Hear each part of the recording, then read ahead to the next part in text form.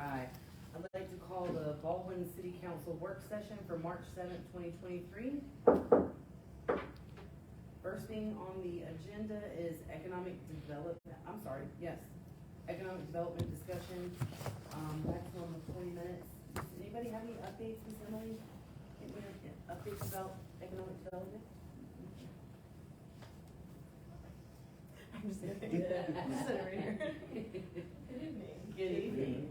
The only updates that I have is just to kind of spark some of your conversation. We've had two businesses in the last week, or two potential developers in the last week, reach out to us about property on 365 in particular. Wanting to know zoning regulations, what they can put out there. So it is picking up, and I can't argue enough for the need for the 365 committee to assemble again, to meet with the goal of setting that by the end of the beginning of the fiscal year. At this point, there is no other updates. I would like to recommend that we consider revisiting our highway business zoning district, along with creating that overlay on 365, so that we have some more modern terms. Yeah. If you've read it, you know. It is a little dated, and I'd like to, since that is the focus that we have for this year, I'd like for us to address that. Well, as a member of that committee, we haven't met in about a month. And I know that we established some deadlines prior to the retreat in April. So I was wondering if we could meet again. We talked among ourselves, and we were wondering, are you available Tuesday at 4:30 in City Hall to meet? Yep.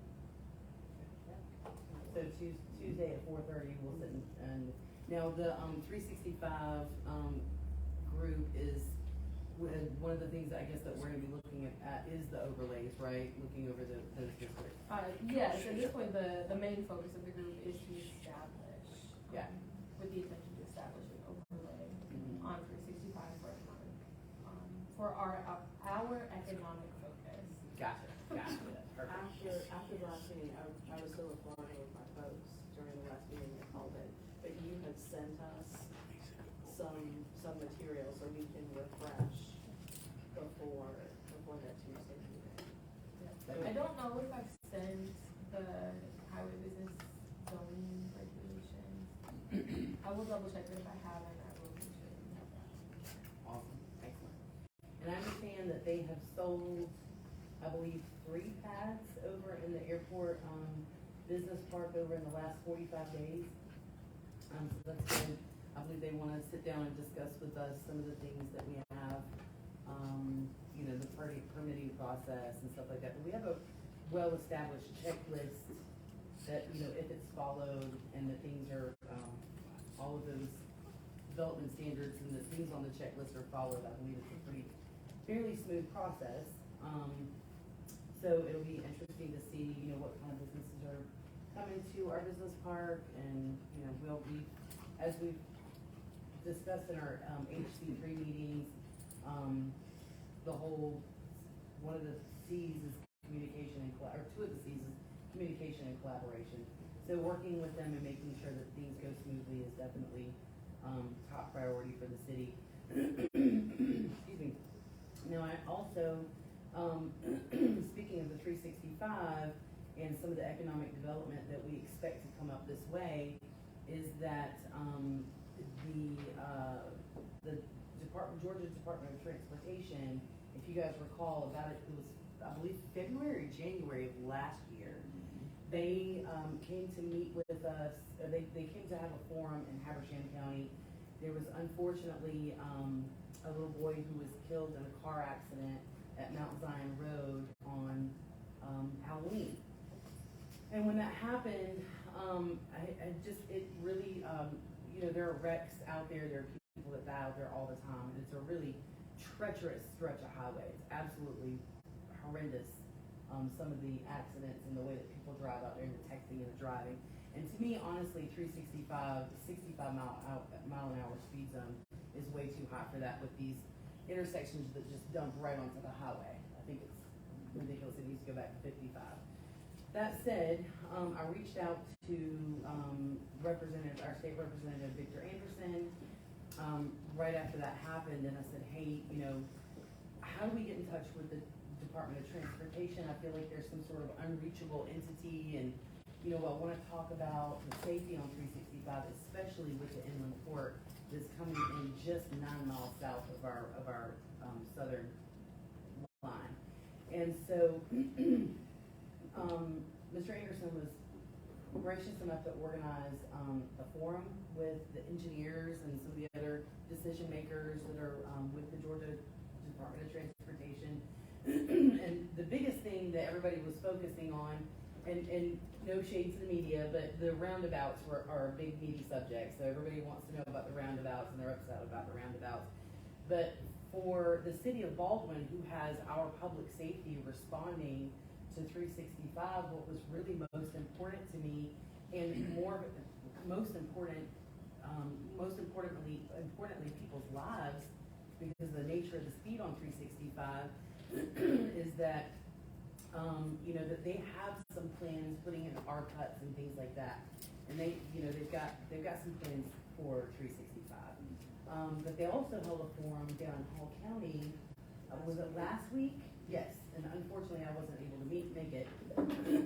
but I'm glad to know that they are asking for input from the public, and that they are putting their plans out there and getting feedback on it. It lets me know that they're not an unreachable entity, and they're just somewhere out in nowhere land that no one can communicate with. Their engineers were really good, and gave us their personal contact information and said, look, we're advocating for funds, to make 365 safer. As we know, with all things government, things take time, and that's the unfortunate part when you're talking about people's lives on the highway. Did they talk about infrastructure money? Is there money Yes. from the infrastructure bill? That I don't know. They didn't talk about that at the forum last year. They may have talked about that at the one in Hall County. Oh, I thought you were saying there was yet another forum. Yeah, there was another forum down in Hall County. No, I thought there was something else up here. There was one up here, maybe beginning of January. There was. Yeah, it was a district meeting. Maybe they came as representatives to the EDC. Oh, okay. It was up at, the HEMC, building. They had a couple of representatives come by and give us an update on the projects that they were working on. Uh-huh. They didn't really discuss how they're being funded, but I will say that, two of the biggest projects in our area, one of those being the bridge, Mhm.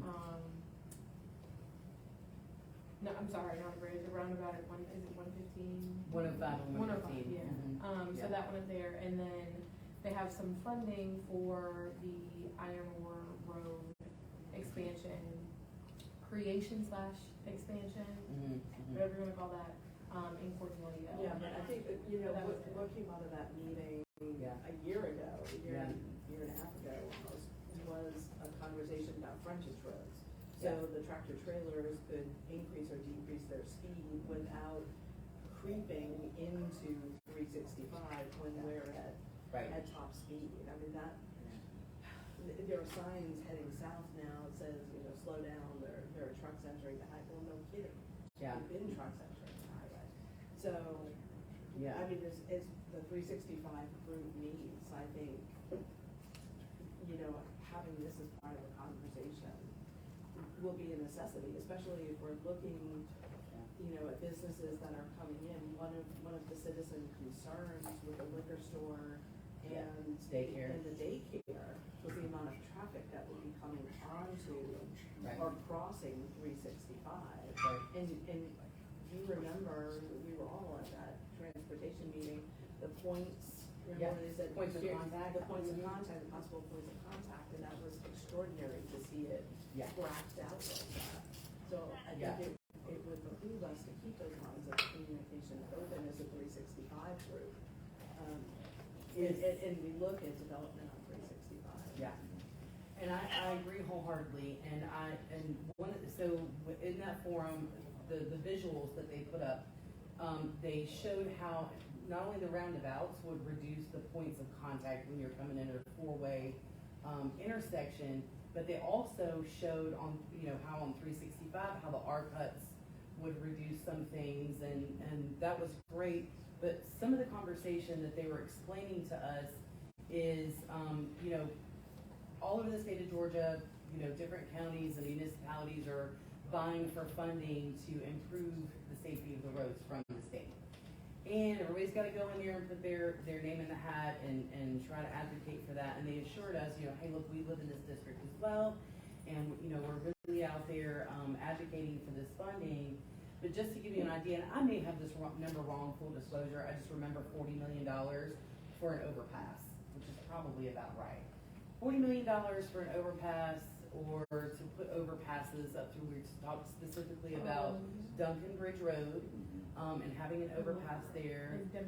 In Demers Mount Airy. So I'm really glad, I'm gonna say something that's not gonna be very nice. And I really am glad that they've been able to get funding for the Iron Ore Road extension and what that will bring in the spirit of economic development. Yes, that's great because that's gonna improve economic development. But I'm thinking that just goes to show where some of the voices are, that's improving over there. Meanwhile, we've got people dying on 365, children dying on 365. And I'm really angry about that.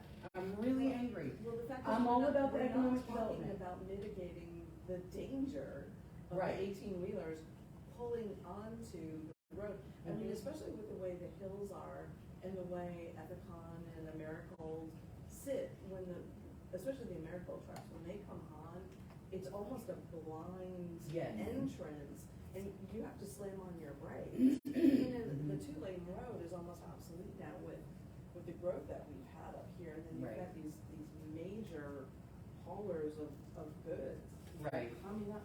And I understand that they need to move goods and services, but Right. we have to think about safety. And now they're talking about having the extra large trucks, or well, that they're gonna have a higher weight limit, that they're looking at higher weight limits on these trucks.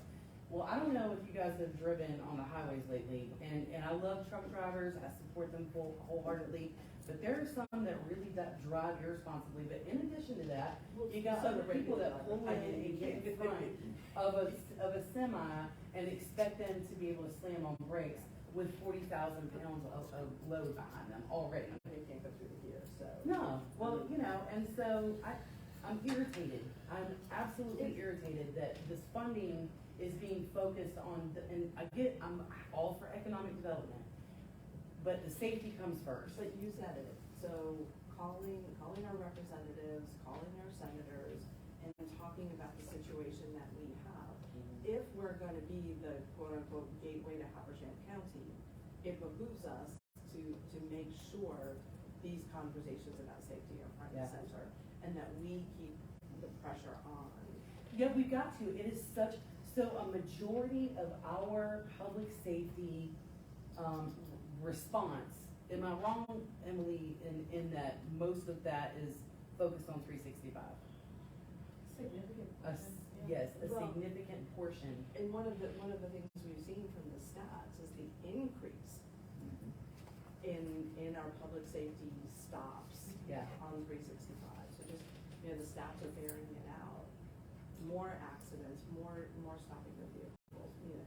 So, Yeah, I'm not today. Well, whoever it is that was having conversations that got the Iron Ore Road funding, they need to come over here to Baldwin and start talking for us as well. well, you know, I mean, if this is truly partnership Habersham, Right, Baldwin needs to be included in some of this partnership. right. And I haven't seen a member of Partnership Habersham here in a while, you know, to come and talk to us about some of the things that are going on in the county. Well, the only It's- conversation, I mean, it's right. nice that you got the email or the text Yeah. about sale of property, but Yes, yeah, it is, and, you know, we're happy to have a conversation about our processes and, you know, our standards and our checklists and all that, but the rules are out there and they've been there since 2020, and we're in 2023 now. when did the county do the 365 corridor overlay? Because is that The 2015? assessment, you 16? mean? Oh. They did what they called an overlay, a 365 Yeah, they created, overlay. so they completed an assessment in 2015, 2016, and adopted an overlay shortly after. Yeah, so here we are in 2023. You know, some of the players are different in the county and the cities. I think it might be time to have some of these conversations again, even just informally, Yeah. just keep the lines of communication open. Yeah, and yes, I agree, and they have been, I have to say, I'm very pleased, with the communication and the relationship that the city has had with the county, but I'm needing for Partnership Habersham to start working a little bit more closely with the city of Baldwin. I feel like some of that attention is shifted disproportionately. Well, I'm going to refrain from speaking on that specific topic because my opinion would not be very pleasant. But in light of the time constraints that we have in this discussion, I have one question, not to deviate too much from this conversation. We have two major developments on 365 at the moment. Just wondering if there's any new information on the daycare and on the liquor store that's opening up. Where do we stand with those? The liquor store is still on track to open by end of summer. Okay. They haven't made any changes to that date at this time. They are well underway, as you can see, the building is up. Probably fast, I don't know what's up.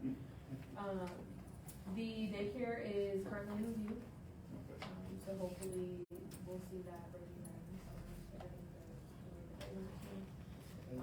And then the gas station, across the way, across the street. They were permitted, they haven't begun construction at this time. Awesome. Thank you. Great.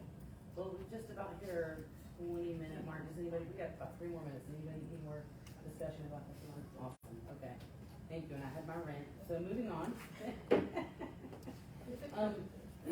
Old business, so, PTO buyout program, so paid time off buyout program amendment. Can you help us out, Ms.? Sure, you can. Alright. A couple of weeks ago, Mayor Venter reached out to each of you to discuss, this amendment to our policy manual.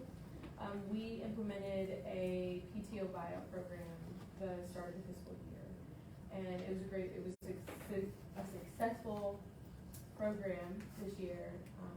35% of our employees use it. We wanted to make an amendment, which you will see is under section 2.10.1. The second paragraph, we included a clause on unforeseeable emergencies in the event that our employee is experiencing something that was out of their control, whether that be a sudden or unexpected illness, or accident of the employee's spouse or dependent, loss of employee's house without assistance, funeral expenses of the employee's spouse or dependent, or similar extraordinary and unforeseeable circumstances that may arise from events beyond the employee's or employee's spouse or dependent's control. This gives them some flexibility to tap into that program. In one of these cases, obviously, there will have to be supporting documentation in order for them to use the program in that way.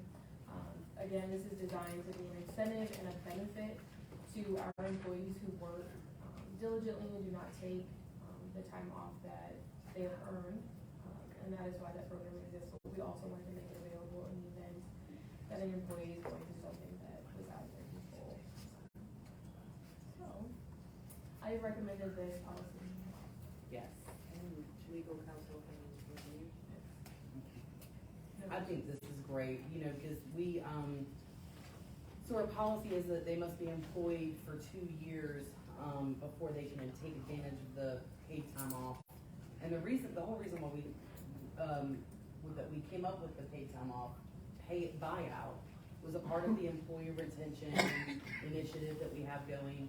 And which is great because we have some positions where they're accruing paid time off, but they're not allowed to take that paid time off and actually take that vacation. So, and then once you reach a certain limit, then you kind of use it or lose it. Well, we had several people that were in the position, because we're a smaller city and because we don't have all of the positions that would allow for some of those employees to relieve, we decided that it would be great for them to be able to buy out, or to be able to get paid out on their paid time off. But you have to be here for 2 years, so this, provides some sort of an exception for an emergency, so they're not going out and getting like a title loan or pawning things or borrowing things. This is money that they've earned with their own 2 hands. And so in the, event of an emergency, they would be able to take advantage of this. You know, just obviously they have to provide supporting documents, but I really, I think that this is a great option to kind of cover some of the little cracks that we have with that. Well, I think it also helps in gaining retention. When something happens, not the fault of the employee. Yeah. I- Yeah, life happens. Life happens. I mean, these are people that we've invested 2 years or more in, and I think it's only right. I mean, I would rather be the benevolent employer. Yeah. I mean, we've talked about Baldwin as a family and being a destination job. You know, we want people to come here because we have good benefits and a strong policy manual that is employee-centered. We want to keep the folks that we've invested in. I mean, we've talked about training our employees. I mean, if we're paying for training and we're paying for gear and we're, you know, paying for cleaning uniforms, and I mean, I don't want to lose somebody because of something out of their control, you know? Yeah. I like this idea. Thank you for thinking about putting it in the manual. Yeah, awesome. Have you talked to other employees about this? Do the employees support it? I've talked to a couple of them within different departments. Good. Awesome. Alright, great. So, do we need to bring this to a future, okay, so you guys wanna bring this to Monday night to be able to approve? Okay, great. Alright, awesome. Let's go ahead and move that to Monday night. Alright, and my favorite subject. Wait, can we switch because this Sure. is your favorite subject? Can we Yes. just switch the two? Okay, sure. Okay. Okay, so we're gonna go ahead and, switch item number 3 under new business, which is Habersham County Board of Health Memorandum of Agreement. We're gonna switch that with number 2, which is the K-9 unit. You guys okay with that? Sure. Okay. On page 31 of your packet, is a memorandum of agreement between the County Board of Health and the City of Baldwin. This is being required for the County Board of Health. It's a mandate from the state that anyone who provides services, or who the Board of Health is providing services to, that they have this agreement established and that there is an associated fee schedule, for those services. For the City of Baldwin, that only looks like sending somebody in the event of needing a rabies shot, if we are sending them on the city's behalf, or if they're going, as a part of their employment with the city, if they're going to get their tetanus shot or, something of that nature. So very limited, in the amount of times that we have gone to the Board of Health as a city. However, there is a document, on the back that every time we send an employee, we now have to include this document. So the memorandum of agreement is just us letting, both entities agreeing that we are engaged in a services rental relationship. And prior to this, it was just, We just sent them. we just sent them and we paid the bill, or? Yeah. Okay. No. They billed us, we paid it. Yeah, it's very rare have we sent someone. Have you seen the fee schedule? I have not, but she said that they were working on it. Again, this was a mandate sent to them from the state. They had a certain number of days to comply. Gotcha. Okay. So they're trying to get the agreement out before everyone.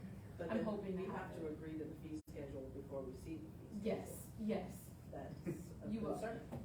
You will have it before you Oh, vote on okay. it. Yes. Okay. They are still working on it, but you will have it before you vote on it. So then maybe not Monday night, maybe the following. I think we can have it on Monday. They were pretty confident they'd have it to me by the end of the week. Right. that to Monday nights? With the Only. With the fee schedule. Yeah, and if not, move it to the next meeting. Okay, Monday night provided we received the fee schedule. Okay, perfect. Okay, now can we go to my favorite? Okay, so also under new business is, discussion about a canine unit. And this is something that, that our, former police chief, Jeff Branyan, brought to us for, at a city retreat. We discussed, our, improving our police department and our program, and we talked about the possibilities of having a canine program. Unfortunately, it was really out of our reach, more or less, at that point, and so it was something that we kept in mind for down the road. We did have, we don't have animal control right now, and as a result of that, we had someone come to our police department a few weeks ago and brought up the Belgian Malinois and said that they found him wandering and didn't know what else to do with him. So I took him in, and the paper was nice enough to share. We've also shared on social media trying to find the dog's family, and unfortunately no one came forward. So our police chief approached myself and council and mentioned that it may be a viable solution to our canine need. And so council was interested in exploring the possibility and so we're looking at, implementing a policy and exploring what that would look like for the city of Baldwin and our finances so anyway, so our police department has been kind enough to put things together for us. I'm gonna turn this over to Justin, who is our canine certified handler. He has experience in training and handling canines in the past. So we were very fortunate to already have him on staff. So these are all the things sort of falling into place, and little God winks everywhere, huh? Can you see that? Mhm. Okay. All right. So first off, this is Nikos. He's a Belgian Malinois. He's about a year old. Just want to introduce him first, let everybody see him, and then I'm going to hand him off and go through all this with you real quick. Looking He's ready for the Oh, video going? yeah. Okay, good. He smiles so nicely with all 20,000 of his teeth. That's what I was telling him just a minute ago. He's laying there 1 second, and Yeah. it's like he's dead. The next second, he's an EF5 tornado. He's like, I've heard that you're beckoning me. So this is So. mild demeanor for you. Dogs been a tool in law enforcement for a long time. NYPD started using them in 1907. Dogs have a 225 million scent receptors compared to our 5 million.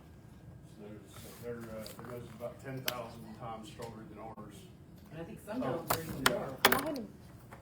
I got everybody a copy of the PowerPoint as well, just to add more information. Thank you. So, dogs that are trained can actually smell contraband, human remains up to 12 feet deep, and in some cases even further, but that's, in deeper water, they can smell a little further, but we're talking ground here. As far as legality of it, for decades, the United States Supreme Court has recognized the trained dog's ability to take odor and narcotics. The United States Supreme Court calls it a free air sniff, it's not a search, as far as vehicles are concerned, and so we are absolutely justified using it. Again, a little introduction about Nikos. He was a strayed Belgian Malinois that turned over to BPD, and then over to the mayor, and then I've had him for just about 2 weeks now. Of course, no owner came forward after multiple attempts by the mayor and department personnel to locate an owner. So far, he showed a very good temperament toward other animals and children. Most of y'all know I have 2 kids myself, and he's been very well with them. He was good I have with my a grandchildren a too. much smaller dog he wants to play with, that doesn't want to play with him, but, other than that, they get along. He seems to have a very appropriate drive for a working dog. He has a very good prey drive, very curious. And we took him last week to Cornerstone Vet. They did a full exam on him, worm test, blood work, all of that. Everything came back good. He did have hookworms, but he's since been on probiotic and antibiotics and seems to have cleared all that up. So should be good to go. They assured me as far as physical health, he's good, should be well. He's had all his vaccines, all that with that last trip. Mr. Arnold in the back of the room actually paid for that visit for us, so that was taken care of. Talking about the need for the K-9 unit, of course, I think personally, every department, I don't care how small, how large, needs at least one dog in here. Just process tools and just like any other member, two-legged member in your department. The largest type of evidence we collect in any department, anywhere in the United States, is going to be illegal controlled substance. The most common arrest we deal with here in the city of Baldwin is narcotics, and it's been that way for a long time. We had 15 overdose calls in 2022, Yes. and already in 2023, we've had one per month. We're in March now, right? Yeah. We've had 3 overdose calls. Look at the drug-related arrest. So the huge spike that we're seeing, I don't have 2020 numbers. I would imagine it was lower than 8, but where we're seeing these rapid increases is going to be for your fentanyl. I can tell you of an individual that works here within the city, and 3 times in the last 6 to 8 months, they have overdosed from smoking fentanyl. Twice we were called out there along with EMS, and their Narcan was administered. And then a 3rd time, they were actually driven to the fire department here and given a dose of Narcan to bring them back. And that's within the last 6 to 8 months. The fentanyl has significantly increased those numbers. And as a derivative of heroin and opiates and all that, the dog will be able to detect on fentanyl, which luckily they have a doggy version of Narcan, so if he were to ingest it, it will Oh, good. save him as well.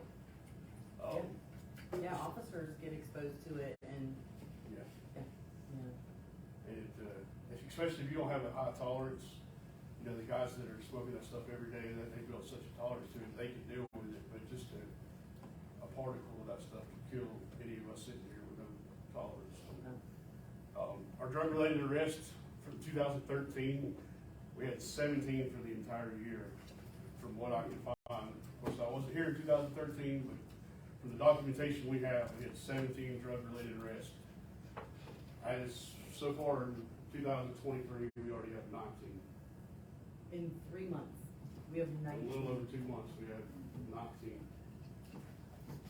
So, Also in 2013, we had 9 employees. We had 9 officers. yeah. In 2013, we have 6. 6 now? Yeah. So, just as a comparison, people out on the road. Wow. And again, these numbers only reflect Baldwin PD. It doesn't, GSP, Haversham SO, all of them operate within the city. Yeah. Especially Haversham SO, they look 365 and Duncan Bridge, and they're all the time finding the same stuff in the same general area. Yeah, we've had some. That's a new corridor. Do I know? The 365 is a new corridor. It is. It's coming in from, where do you guys suspect most of this is coming in? Is it coming from out of state? Is it coming from Hall County? A little bit of both? I mean, Atlanta's a hub.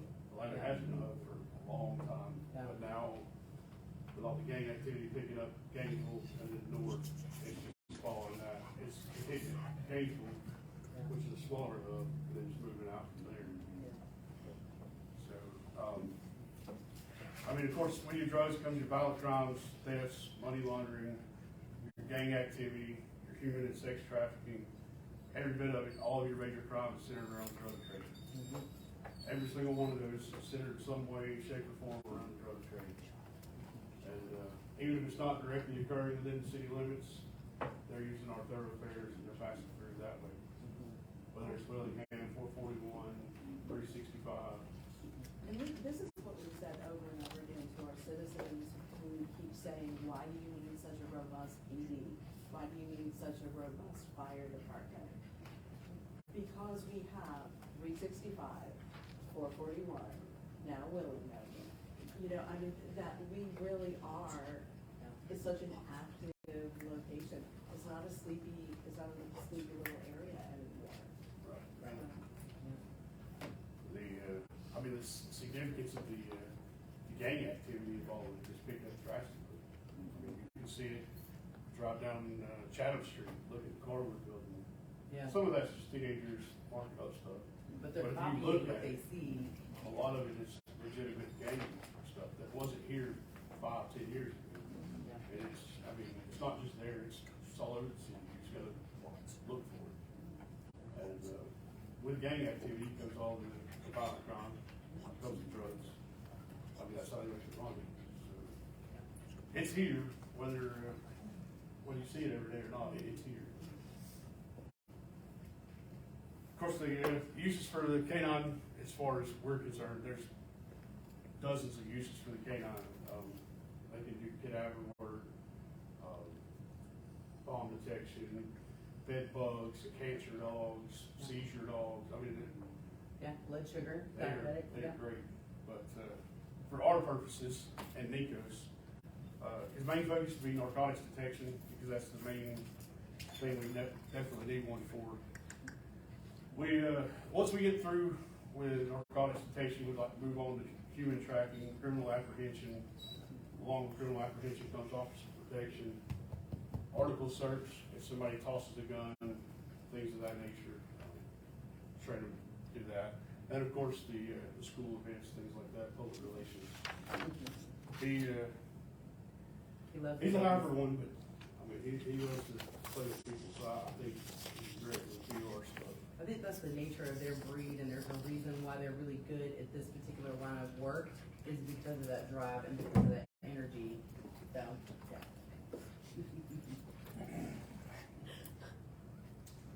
So let's talk about money. Oh, boy. So this is what we pretty much have to do right off the bat within this fiscal year.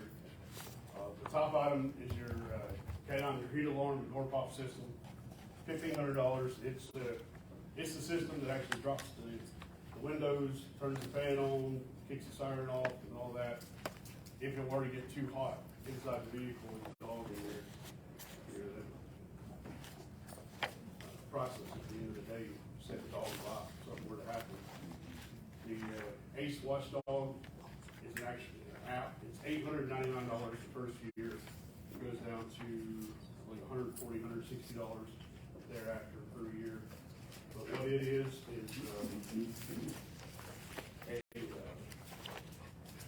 app on your phone. It will send an alert to, you can preset it to whatever number you want. So like mine and the chief's phone, if something were to start, even before it gets to that, if I set it at say 80 degrees when the alarm goes off, at 75, it's sending you a warning text saying, hey, it's starting to get warm in there.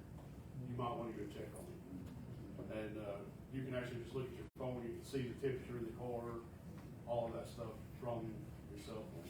So that works in conjunction with the prior item, with the heat alarm and the door Yes. lock? Yes, Okay. it is actually their product as well. It's just another add-on feature. So when you said watchdog app, I didn't know if it was something to watch the dog or what, so now I understand that those actually work in concert. Right. Actually works off of the heat alarm. I'm sorry. Okay. And then the fan for the kennel that goes along with the heat alarm system. I got a quote for right at $1,000 to do installation of the kennel and the heat alarm. As far as the kennel is concerned, we may be able to put it in. The heat alarm is so complicated. I would be afraid we'd mess something up. Yeah. I mean, it's just. Is that a local? Yes, it's the same one that did the rest of our other vehicles. And then the police service came canine kit, it's about right at $9.99, $95, I believe. It's pretty much everything to get started. It's all your tracking leads, your traffic leads, muzzle, water bowl for the vehicle that won't spill if it rolls over. It's got pretty much everything in there. It's got a couple toys for them, try different things. And there's not really, the collar that's in there is good for duty use. It's not really a good training collar. So the next item is the training collar. That's the only equipment that's not included in that package. That would be separate. And then approximately $240 for the remainder of the year through June for food. That's figured approximately $60 a bag. Pack Track software access is $140 a year per dog. It's pretty important since we had to have documentation of everything as far as deployments, training, all of that across the board. That software will allow us to upload all of his vet records, any other documents related to the dog, and it is actually designed to do deployment and training records within it. So it's a whole lot better than trying to keep up with these Word document files and try to, it ends up becoming a mess. The certification, once we get him trained up for narcotics, the certification, depending on which one we use, is approximately $50 to $100 per year. And then a researcher pharmacy license through the state of Georgia is $100. You actually have to get a researcher pharmacy license through the state and then turn around and get one through the DEA. The state charges $100. DEA doesn't charge law enforcement agencies anything. So once we do that, we can actually order the narcotics from the DEA and they will send us what we need to do the training. So the training is not on here, or is that the certification? That's only $100 per certification cost. Who does the training? So I'm gonna do the training myself. So just so everyone, and for our watchers on Facebook, Justin has experience, he has trained a police canine in the past and handles, I believe her name was Maggie, is that right? Maddie, not Maggie, so, so we're so fortunate to Well, already and have that that. is one of the reasons that we hired Justin, Yeah. and knowing that this was a future goal for the department and he came with that expertise. So. Yeah. You'll see on page 9 of your packet the cost of the actual training that he has to go to. Yes. There's 2 different options for us. There's one in Hall County and there's one in Chatham County. That is on there. You want to talk about that? Perfect. So that's in addition to this, No, right? well, Unless you can do it for free. Unless you can do it. yeah, so that will only come in if I leave in the future and a new handler comes in. Those are the costs to train a new handler once I go out. So that's another reason I went ahead and moved forward instead of getting a new handler. It's just cost at this point, trying to keep the cost down. Plus, it's the greatest job in the world. It is. I It agree. is. So, but yeah, we're gonna get into that just in a minute. The mortality insurance GMA offers is, my understanding is that the liability insurance doesn't go up at all, correct? This is the only, yeah. That's No, great. you're paying for this coverage and then it's included in your general liability. Great, okay. That was. I mean, essentially, My question. Great. as obviously your highest liability is gonna come as an apprehension, but it's really, while it's a living, breathing animal, it's really no different than using a taser, a baton, spray, any other tool, as far as the courts see it. Talking about the mortality insurance, it is $100 annually per $1,000 coverage requested. So if something were to happen, Nick was killed in the line of duty, a car hit him, whatever the case may be, GMA's insurance would actually pay out to buy a new dog. And Ms. Woodmaster said that she recommended that we get a $10,000 of coverage, which is $5,000 annually. These dogs, if you buy them fully trained, you're looking upwards of $15,000 for a dual purpose dog. So they are expensive. But, Dual purpose, what are the two purposes? so, I'm sorry, a dual purpose is apprehension, narcotics, full service. Mhm. A single purpose, you're looking at just narcotics, does nothing else but that. For a single purpose dog, you're looking $10,000-$12,000. Dual purpose, you're getting upwards of 15. And it just depends on the vendor, but they're not cheap. Items we already had donated. I talked about the vet bill just a moment ago. We have a vehicle insert, the kennel that actually goes inside the car. That was given to us by a private citizen. This, the insert is it's a rather small one. I believe we have somebody who's gonna donate us a full insert, which is about $3,000 for the new Tahoes. So, either way, we have a kennel to put in there. It's just whether it's gonna be the full or the partial we have now. Smyrna Ready Mix is actually donating concrete for the kennel that's gonna go out back. They're supposed to pour that Friday morning, as a matter of fact. Tractor Supply donated the indoor crate to keep him at the house if I have to leave or whatever. He stays indoors with us. And then Lowe's gave us a outdoor kennel, a 5x15, I believe it is, outdoor kennel, which will sit on the concrete pad. Approximately $2,500 has already been donated to the city.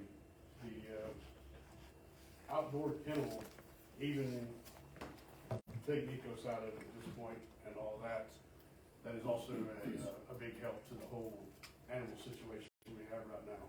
Okay, so I called Mayor Venter earlier when I saw the proposal. The concern that I'm having about this conversation is that the dog is here. We're discussing this like it's a fait accompli that the council will approve this. Although this has been on our wish list, the council has not approved this yet. Right.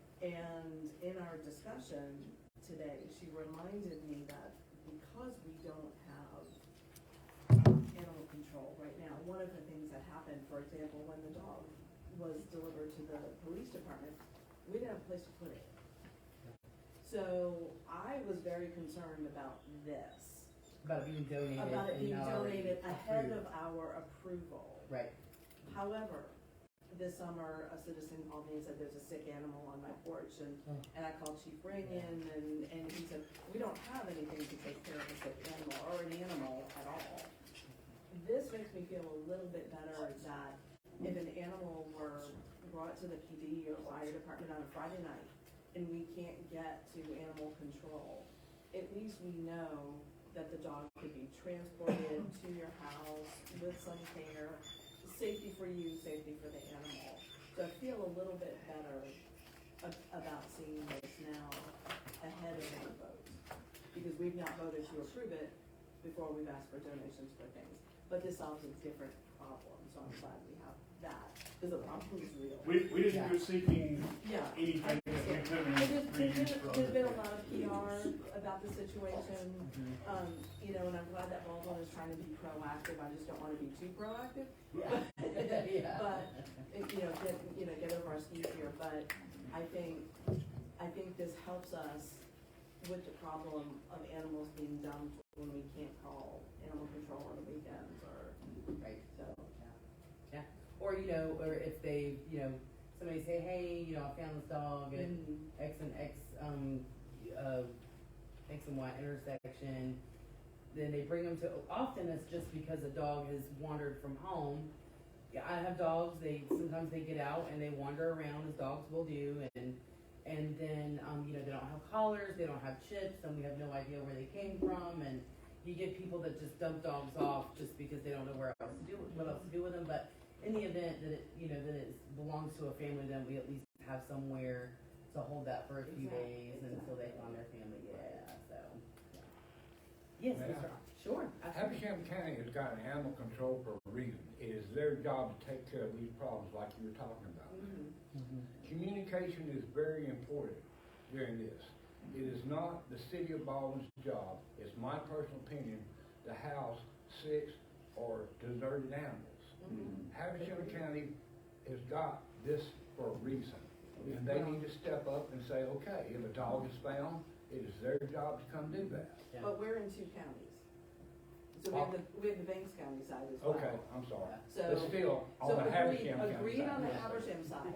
But you know, it's their job 24/7, 7 days a week. That's what Yeah, I'm. and we pay taxes, yeah, I'm a Habersham County resident, you're a Banks County, so, but we're paying taxes for that, I understand. But we Okay. also have the Banks County side of the I city. apologize. I Yeah. just- No, but point taken. Yeah. okay. Another thing. Sure. Several times tonight, I've heard public safety. Mhm. Drugs are a public safety issue now. This is not the 60s, the 70s, the 80s. This stuff is serious now. Sir, you mentioned fentanyl. This is a very powerful drug now.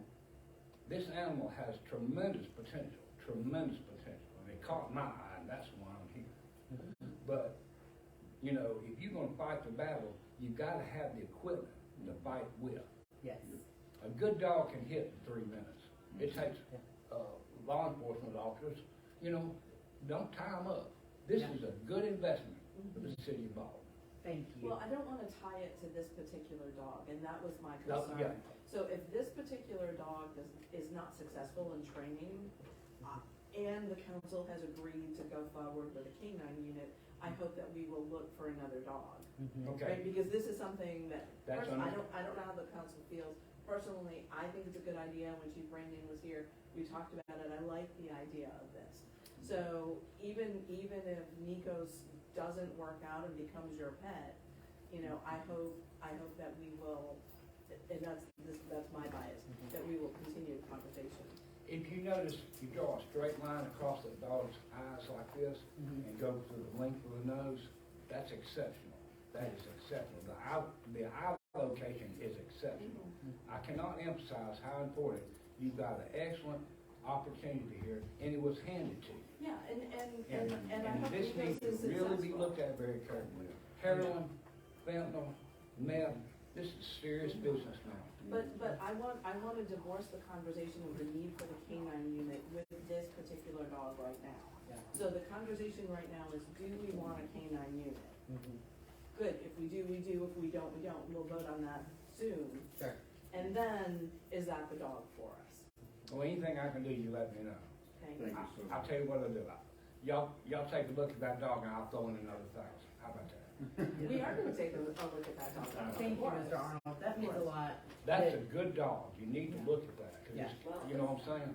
You Yeah. know, and the conversations that we need to have about spaying and neutering pets. I mean, the fact that that dog was abandoned, Yeah. and that breaks my heart.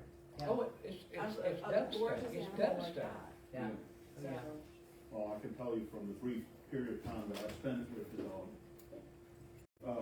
and my experience with other dogs, particularly large breed dogs, is they form a bond that's a little bit stronger than most because of their intelligence. And I just can't see abandoning a dog like that. Right. No matter if it's that dog or another dog, if this dog hits, the city of Baldwin should be able to seize the vehicle, seize the money, and seize everything in it. These people are breaking the law, and you should be able to recoup some of your costs. Right.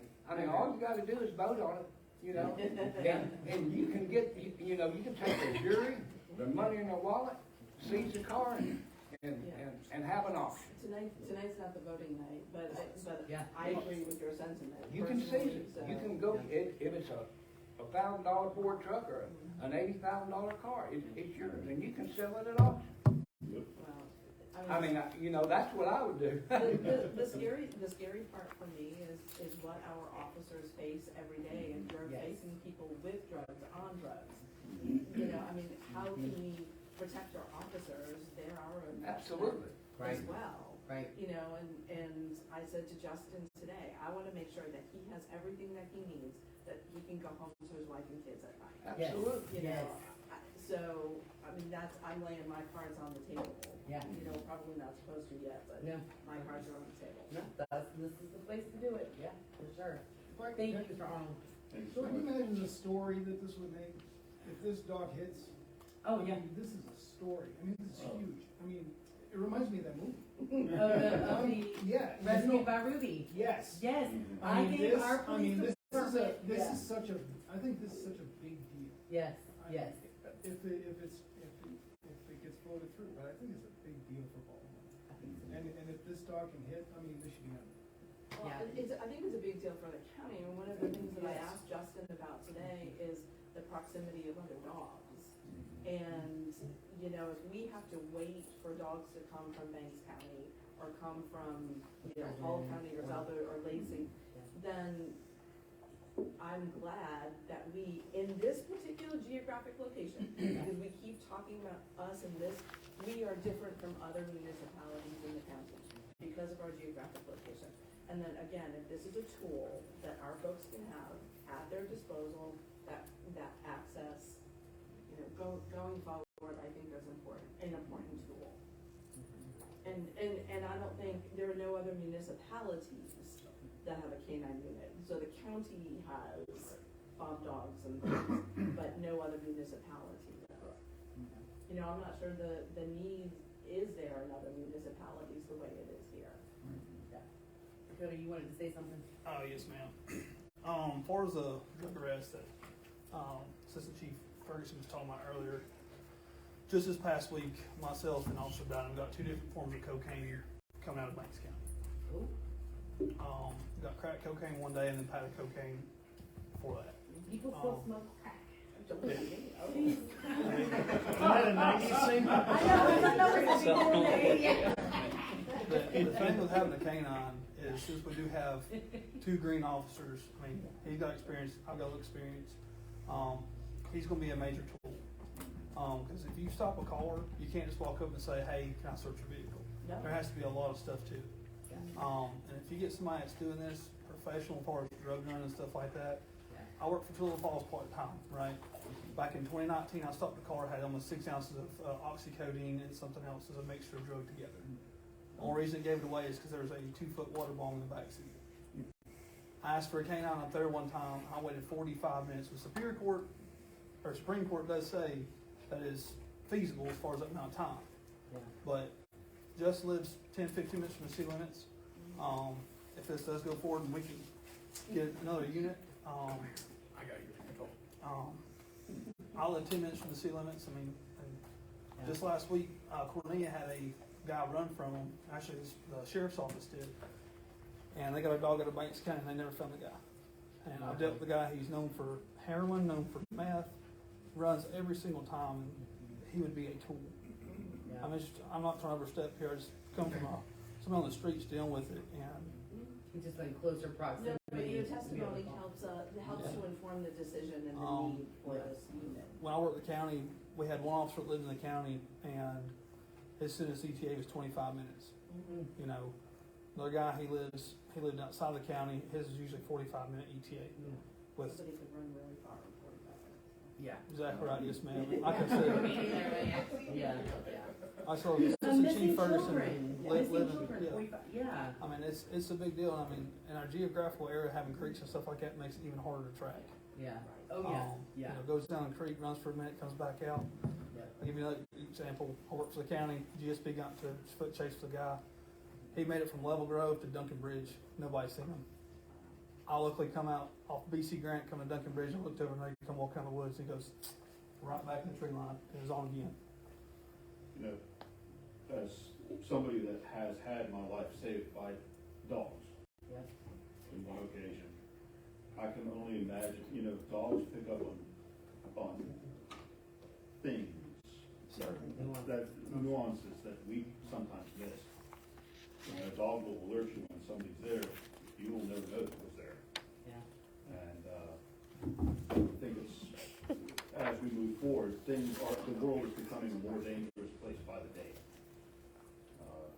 Just in the last couple of years, it's gotten to a point where I'm really concerned for Baldwin. Yes. But fortunately, with police department that we have now, I mean, it's the equivalent between, it's the difference between a conscript army and special forces. What we have now is we've got highly trained, highly motivated individuals, and by adding a K-9 unit, we make the whole team more well-rounded and more capable. Sir, So, with that, Oh, no, I'm sorry, I thought you were done. Justin, you still have some? Yeah, I got a little more, but Yeah, that's what I was gonna say, is I know you wanna get back to your presentation and finish all this, but I will say, that said, there are times, and what Mr. Arnold and Mr. Whitney says, is that, there was the movie, Rescued by Ruby, and I have given a homework assignment for our police department to watch that. I also would like for council to watch it, but it was a story where there was a dog that had been adopted and brought back, and just, it was a working dog without a job, and so then there was an officer, this was in Rhode Island, an officer who really wanted to be a part of the K-Down program, and was really wanted to advance his career in that way, but the department did not have the funds to provide a dog. Things just sort of fell into a way that was absolutely no denying, and this is a true story, though it's not based on a true story, it's a true story. The way that things fell into place was definitely a God thing. And it seems, we're gonna knock on wood here, it seems to be a similar situation in that we already have a K-9 certified officer. Seems like the right K-9 has fallen into our fingers. Absolutely. Into our hands, yes. The community has offered to come together to help the city of Baldwin in the spirit of the community being safer from drugs, safer from criminals, our police department safer. And so all of these, they're just things that I think happen for a reason. We also had a little bit of equipment that's gonna be able to be supplemented by the community and by some of the things that our department's put together, and I really am looking forward to everything else that you have to present to us. I'm gonna add one quick short point that I just thought about, and then Yeah. definitely about this. One thing that we've touched on, but not really thought about, is public relations. Mm-hmm. So taking this dog to a school, and some kid sees this dog and sees the interaction, say, hey, maybe one day I want to become a K-9 police officer, a K-9 handler. That's something to think about. There's many positive, Yep. there's tremendous positives, and I haven't seen a negative, it's positive. I agree. You know what I'm saying? Yeah. I told Chief Jones when we first, 2 weeks ago, when it's really started going in the direction it was, I said, you can put SWAT trucks out there, you can put gear and all that other stuff out there, fire trucks, big ladders and all that stuff. But the minute the dog pulls up, every kid in school is running straight to the dog. Yep, that's right. I mean, I've seen it. Yeah, and he loves it. He loves the kids. Anyway, we'll let you get back to your presentation. Thank you for humoring us. So, All right. So, talk about the continued cost. Roughly $3,200 to $5,000 a year. That's including the insurance. The reason it varies is because from year to year, you're going to need more or certain equipment that you won't need other times. And then the pharmacy license is every other year, things of that nature. So the price is going to vary a little bit, but for a whole year, that's really not that drastic. There is once we start working on apprehension, there is a significant cost for a bite suit. I believe they're about $1,200. This should be in that cost analysis. So that kind of varies for 1 year, things of that nature. That makes it range between $32,000 and $5,000. I pretty much did for the next 5 years, including this year, in the cost analysis.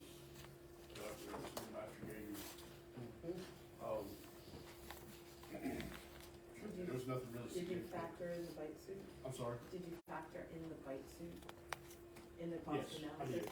Did you factor in the insurance? Is that in there too? In the 5-year analysis? Yes.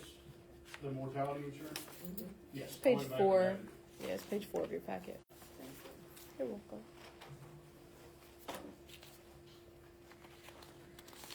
Well, this is very comprehensive. Seems like you guys have really done well digging in and doing the research. I have read over the draft, the canine policy draft. It's 12 pages, very comprehensive. Seems like it pretty much covers all the bases. I was very pleased with that. I sent it out to council for review as well. So, What are the drawbacks? I mean, That is a great Mr. question. Arnold said he's heard positive, and no negatives. What are the drawbacks of a canine unit?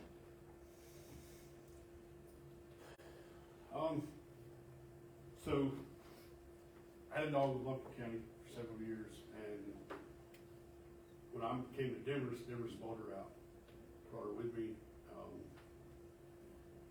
At that time, I was the only person on shift, so I had to rely on the sheriff's office, Clarksville, Cornelia, whoever wasn't busy could help me, and that made it hard. And, you know, I had to get them to transport for me. I had to have somebody else there, because you're not gonna run a dog or search a car by yourself.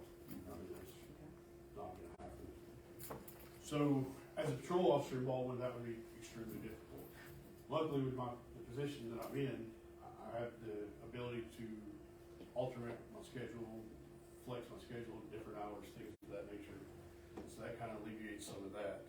And always, the time frame, it is difficult to take a dog that has never really had any training whatsoever and get it to full standard of apprehension, narcotics, tracking, whatever. Timeline, I mean, it's difficult, especially by yourself where you don't have other dogs in your agency to train with. Now, luckily, I have plenty of contacts within the canine community that I can go and, hey, I need to, train with you, I don't have narcotics yet, so can you help me out?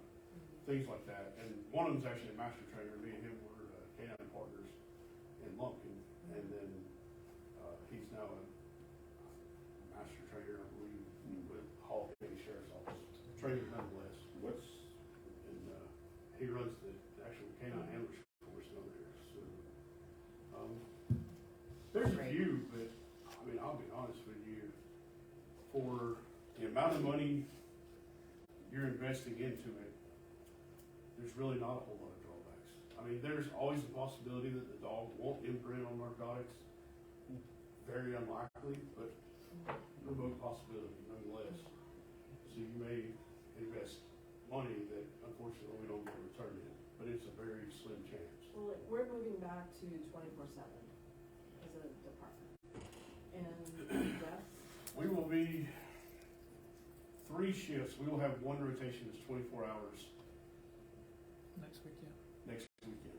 yeah, okay. And then it'll be about another 3 to 4 weeks before everybody will be 24 hours. Understood, so we're moving back to that, but you're the only handler Right. at this time. And I would assume that the dog would be needed in the overnight hours Yes. as well as the daytime hours. That puts a lot of stress on you and your schedule, and I mean, should we be, like, I'm trying to anticipate what we will need. Would we need somebody else? You're gonna go on vacation at some point, or like, I mean, so should we be thinking about another officer who can be a handler like this, who could have a dog? And you're talking You really about. can't do that with a narcotics dog. I mean, it's like Okay. 1 handler per dog. So maybe we need 2 dogs, is what I'm saying. I mean, so you can't be available 24 hours a day. Right. So if this is something that we need and we see our numbers growing, I mean, is it 1 dog to start, but then down the road, as we Absolutely. see the need increase? There must be a starting we point might- somewhere, man. Right, because I don't wanna wear you out. I mean, Right. your wife is gonna come to us and go, dude's never home. During the dog. So, You know, I mean, I'm trying to anticipate what our needs are too, and thinking about how we fund this down the road. Because again, we're committing to this project for future councils. I would suspect that by the time we really need a second dog, the funds are going to, the city's going to be in a much different position than it is now. The private sector will support your idea, ma'am. All you have to do is go to them, and the people will come in here and hand you money. Because it's a public safety issue. If you go out to the private sector, don't rely on taxpayers' dollars, go to the private sector and say, this is what we're trying to do. And they will come to you, and you'll have to beat them off with Your a lips to stick. God's ears, I hope that. And so another thing also is that, you know, the precedent has been set, or will be set if this is approved, you know, that this was a dog that was discarded by society. And look at the potential that he has to be able to be an asset to this community and public safety.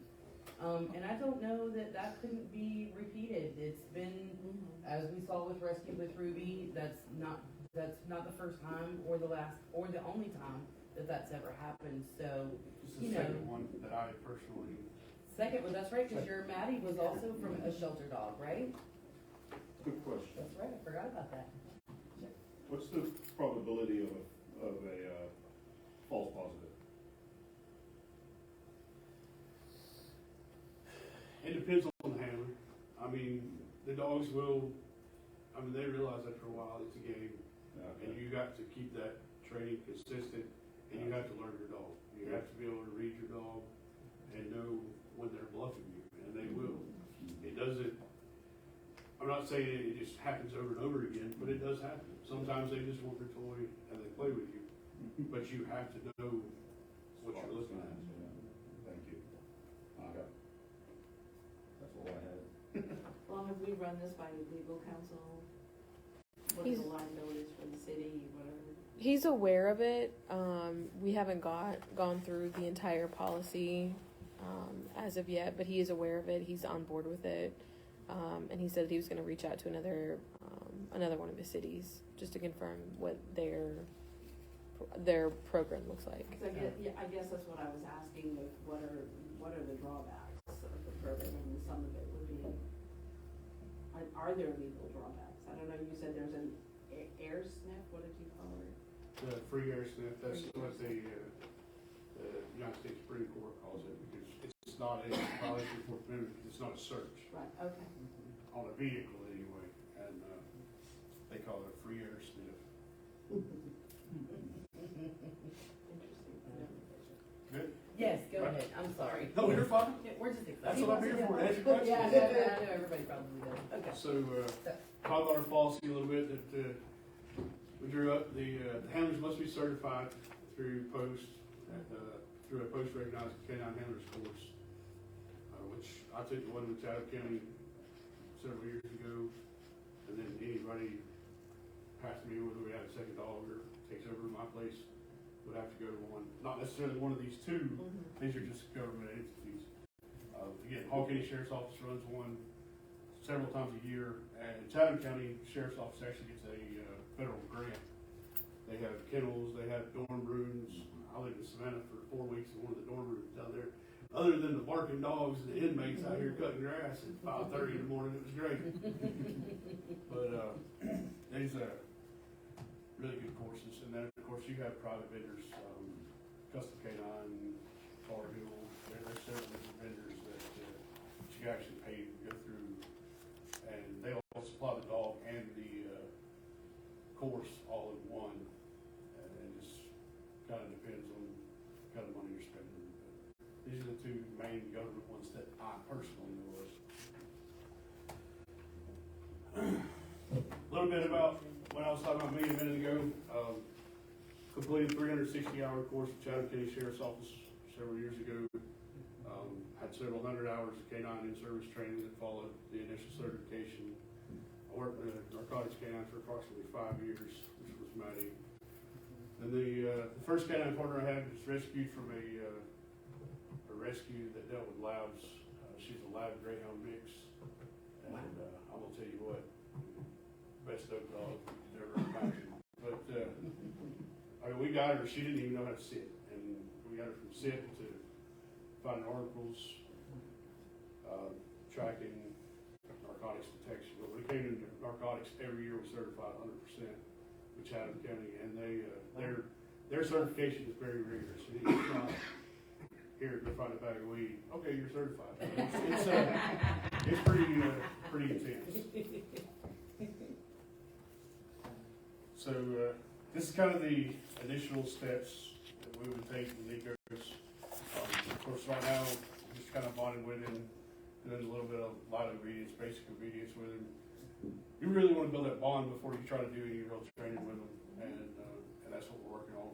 And then the next step, we're going to really focus on obedience, trying to make sure we get everything down pat before we ever start working with narcotics or anything along those lines. And again, narcotics detection is going to be our #1 priority. So we'll start on imprinting first. Once we're certified with narcotics, then move forward to tracking apprehension and any other certifications we want to work on from there. Great. I promise I'm almost through this. Okay, no worries, no worries. Good. So, kind of what's going on right now, and then I guess in the future, as long as the council approves everything. Prior certification, pretty much he's gonna come to work with me, ride, whether it's an office, in a vehicle, whatever the case may be, for the next, however long, kind of build that bond, go from there. You'll start doing the obedience training in short bursts, and as we go along, we'll start making it a little longer and longer and more intense. And then once we start on the obedience and narcotics, we'll start doing 1 to 2 hours every day until you get certified. And then, of course, we'll have some days where we just train all day. That's all we do. And once he's certified, we'll maintain a minimum of 16 hours a month. That 16 hours comes from the Supreme Court. They have never set an actual, hey, this is what we say you have to have.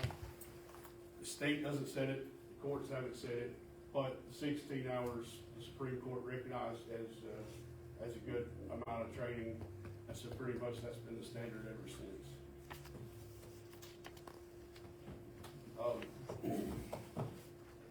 For anybody going through a handler's course prior to being put in service, the handler and the K9 will be certified by any of the recognized programs. There's dozens of them out there.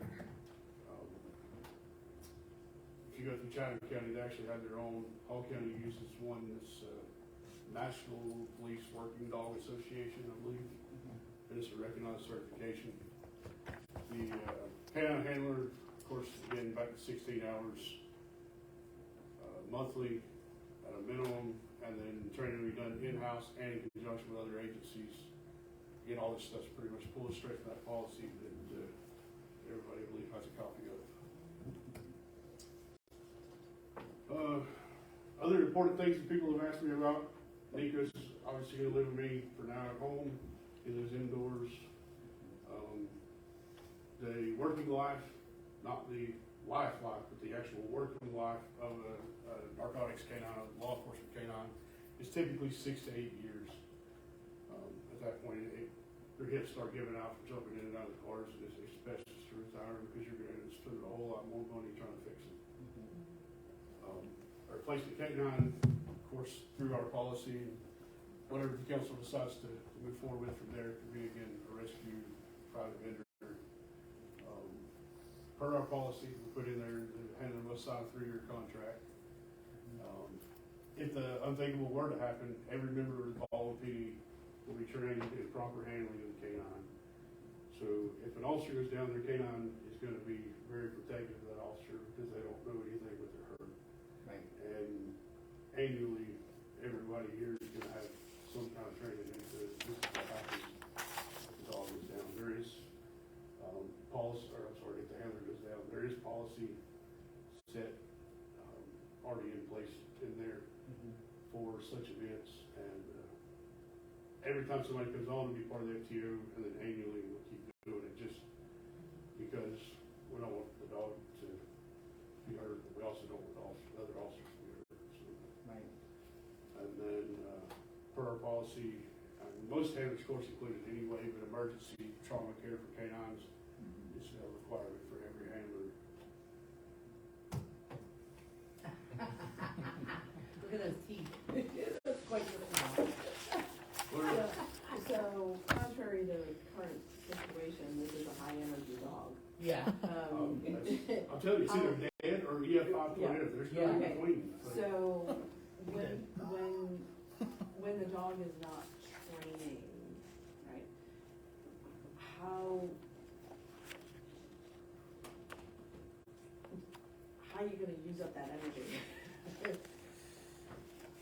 Just take him out and let him play. I mean, it's really, he loves to play tug, which is actually gonna be great when we kind of get into our apprehension stuff and put him on a bike, so that's gonna work great. So He's definitely ready for that, for sure. No, we'll say, he's got a ways to go before we get there, but once we Yeah. get there. Well, I mean, just general care for the dog, not just working, but the Right. dog needs to have, you know, good downtime and playtime and stimulate, right?